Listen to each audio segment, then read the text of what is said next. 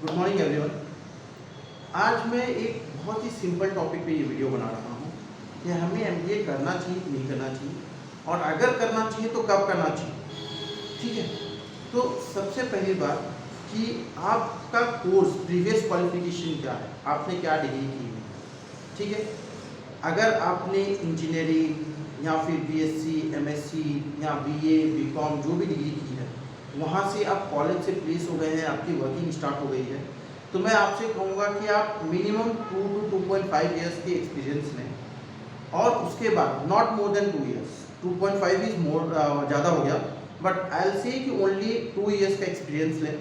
2 years का experience होने के बाद आप एमबीए के लिए स्विच करें। आप एमबीए के लिए स्विच कर रहे हैं, इसका मतलब ये नहीं कि आप बीच में गैप दे दें। बहुत से लोग करते हैं कि एमबीए के लिए स्विच करने के टाइम पे वो जॉब छोड़ के फिर 2 साल प्रिपरेशन करते हैं, then they use to go for MBA.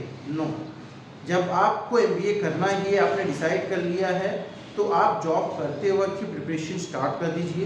And जब जॉब छोड़ने का टाइम आए, जो आपके कैट के एग्ज़ाम है, कैट के एग्ज़ाम आने से 2-3 महीना पहले आप जॉब को छोड़ दीजिए। आपका लास्ट डेट होना चाहिए और वो 3 महीना फुल्ली कॉन्सेंट्रेट होगी जो भी आपके last 1.7 month, 1 year and 7 months में या 1.8 मंथ्स में स्टडीज़ की हैं, जब से आपने जॉब पकड़ा है, उन सारी चीज़ को अच्छे से रिवाइज करके फुल्ली कॉन्सेंट्रेशन के साथ वो 3 मंथ्स में आप पढ़ाई कीजिए। Definitely you are going to crack that exam and you will be a part of MBA. ठीक है, और एमबीए से आप एक अच्छा ग्रेजुएशन लेके आप किसी भी बड़े ऑर्गेनाइजेशन में as a management trainee settle हो सकते हैं। कुछ लोग जॉब में डिग्री होने के बाद ही, जैसे मैं इंजीनियरिंग से बात करूँ तो इंजीनियरिंग की कुछ पर्सन्स जो आईआईटी से होते हैं, तो ये directly use to get management training post. तो अगर उनके लिए एमबीए होना चाहिए कि नहीं, तो डेफिनेटली अगर उनका package more than 12L per annum है, तो आई विल नॉट से कि they should go for regular MBA, they should go for MBA but part time MBA, क्योंकि ऑलरेडी उनके हाथ में वो पैकेज है जो एमबीए कॉलेज से मिलता है। सो एमबीए कॉलेज से और आईआईटी से पैकेज सिमिलरली मिलते हैं। लेकिन अगर आप आईआईटी से उतना फुलफिल नहीं है, आप हैप्पी नहीं है जो पैकेज आपने पाया है ड्यूरिंग योर कैंपस रिक्रूटमेंट, तो definitely you should go for MBA and regular MBA करके आप अपने पैकेज इम्प्लॉइज कर सकते हैं। कुछ आईआईटीज़ हैं जो लेस देन 10 पे भी हैं, तो अगर आईआईटीज़ को definitely they are assuming that they should get more than 1 per annum, means more than 1 lakh per month and 12 lakhs per annum, at least their target is, and definitely I believe that as an IITian they should get that much package.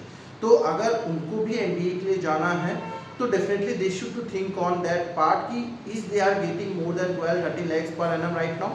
If yes, then they should go for part-time MBA. If not, they are getting less than 10 lakhs per annum. Definitely, they can go for MBA and they can have a nice package in the future after 2 years of MBA. So, आपको definitely MBA is a good stream after completing your degree from any stream, BSc, Arts, Science, Commerce. You should go for MBA. MBA में भी specialisations होते हैं, that depends on your goal, your target की in which part you are setting up your targets or goals, that in which field you want to achieve your target, and parallelly you can take that specialization in your MBA. तो आज के topic में इतना है कि अगर आप college से प्लेस हो चुके हैं तो 2 साल आप मिनिमम आई विल से कि 1.6 ईयर्स 1.7 मंथ्स आप करें और उसके बाद एमबीए के लिए जाएं। और अगर आप कॉलेज से प्लेस नहीं है and you are economically good, you are having enough money, family support, background support, then do a MBA in a continuation so that it will be benefit you. आप 2 साल पहले ही अपने कलीग से, friend से जो आगे 2 साल जॉब करके MBA कर रहे हैं, उनसे पहले ही आपके MBA कंप्लीट हो जाएगी and you can have a good package in your hand after completion of your MBA. अब MBA में भी 3 क्लास है, तो उसमें टॉप क्लासेस IIM हैं, आप बाद में एक्सेलराई ले सकते हैं। ऐसे कुछ टॉप यूनिवर्सिटीज़ हैं जो आपको अच्छा पैकेजेस देती हैं। अगर आपके पास ऑलरेडी पैकेजेस 10 के आसपास हैं और आप मिडिल एजुकेशन में जा रहे हैं, मतलब जो कॉलेजेस कम ग्रेड के हैं जिनके पैकेजेस ही कैंपस रिक्रूटमेंट में 10 लाख से स्टार्ट होते हैं, तो there is a no use because already you are having a 10 lakhs of package in your hand. लेकिन अगर आप IIM से या फिर एक्सेलराई से जा रहे हैं जहाँ पे आपको मोर देन 50 lakhs का पैकेज मिलने वाला है, then I will say you कि यस आप MBA करिए और वहाँ से आप पैकेज उठाइए। तो इसके लिए MBA जाने से पहले आपको ये देखना है कि आपके हाथ में पैकेज क्या है, और आप जिस कॉलेज में एडमिशन ले रहे हैं उस कॉलेज में एडमिशन के बाद हाईएस्ट अमाउंट ऑफ पैकेज क्या मिलता है and lowest amount of package क्या मिलता है।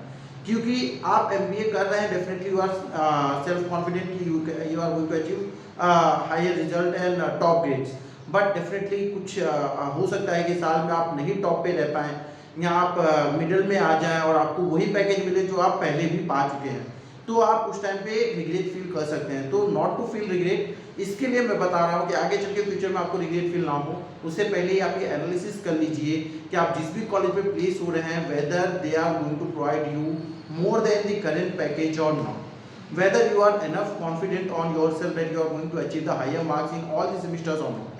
If yes, then go ahead for the MBA. If not, then you need to rethink on your decision that whether you are taking the right decision or not. If yes, आपको लगता है कि yes आप अच्छा achieve कर लेंगे, आपके past years के जो भी एक्सपीरियंस है, जो भी आपके एजुकेशन बैकग्राउंड है, वहाँ पे आप टॉप पे ही रहे हैं, तो आपके लिए MBA बेटर है। लेकिन अगर आप ऐसे बंदे रहे हैं जो मिडल में या एवरेज में रहे हैं, middle in the sense the person who is ranging from 55 to 70%, and lower means those who ranging from 40 to 55%। तो अगर आप लोअर साइड में, definitely I will not prefer you कि नहीं आप जाइए MBA करने, क्योंकि वहाँ पे भी आपका पास्ट एक्सपीरियंस और पास्ट एजुकेशन बैकग्राउंड यही दिखा रहा है कि you are not sincere about the learning. अगर आप फिर भी आप MBA में करने जाएंगे तो may be you will be in the middle और इन द लोअर लेवल, तो आपको वही पैकेज मिलेगा जो मे बी आपके हाथ में भी है। But yes, if you are a topper since your previous education background onwards, या फिर लास्ट 3-4 साल में भी आप रहे हैं कॉलेज में, तो आप जाइए, आप आगे फ्यूचर आपका और अच्छा हो सकता है definitely by getting an MBA person, by doing that graduation, MBA graduation in post graduation.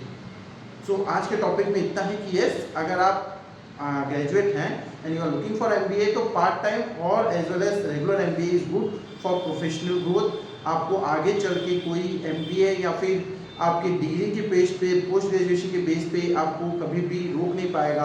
आपके फ्यूचर में ग्रोथ के लिए कहीं पे भी ये रुकावटें नहीं आएंगी। आपकी जो पोजीशंस हैं वो day by day, year by year आपकी परफॉर्मेंस बेसिस पे बढ़ती जाएंगी। कहीं पे भी आपकी पोस्ट ग्रेजुएशन के लिए इश्यूज क्रिएट नहीं होंगे। तो इसीलिए MBA is must, either do it on regular basis और ऑन दी डिस्टेंस लर्निंग, और यू कैन से कि आप डिस्टेंस लर्निंग से कर सकते हैं या इरेगुलर भी कर सकते हैं पार्ट टाइम में, या फिर रेगुलर बेसिस पे कर सकते हैं। अभी part time and distance learning में डिफरेंस ये है कि part time is for the night classes जो बंदे the student use to attend on the behalf of Saturday and Sunday. Saturday Sunday को इवनिंग में क्लासेस होती हैं जो पार्ट टाइम होती हैं। एंड डिस्टेंस लर्निंग होता है जो आपको वर्चुअली होता है। Everything is depend on you कि whether you are going to attend that classes और not, and how you are going to give the exam. So आपके पर्सनल स्ट्रेंथ और पर्सनल लर्निंग्स के ऊपर डिपेंड करता है distance learning. That's all in the today session. अगर कुछ आप पूछना चाहें MBA के रिगार्डिंग तो you can ask in the comment. Thank you, please learning, keep learning and watching my channel SBM learning. Thank you for watching my channel.